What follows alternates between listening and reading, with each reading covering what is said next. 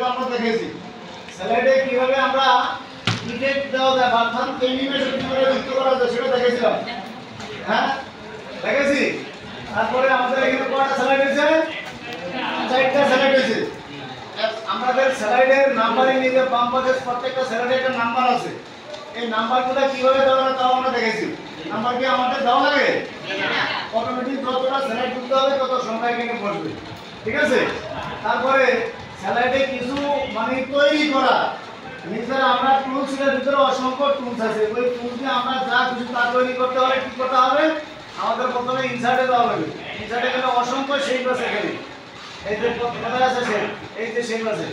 Shape মানে বিভিন্ন যন্ত্রের কারখানা, এখানে ভান্ডার, গোডাউন। এখানে যে কোনো যন্ত্র নিয়ে আমরা এখানে কিছু তৈরি করতে পারবো। ঠিক আছে? তো আমরা এই যে একটা ঘরের মতো তৈরি করছি, ঘরটার রঙ দিয়ে কিছু একটা। ঠিক আছে? এখন ঘরটার আরো জানালা, কবাট, আরো বহুত কিছু ডিজাইন আছে, নিচে সিঁড়ি সব দেওয়া যাবে।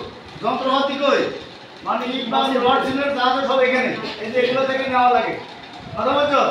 এরপরে ইচ্ছা করলে আরো বিকল্প আরো টুলস এরকম আছে, সেগুলো থেকে আমরা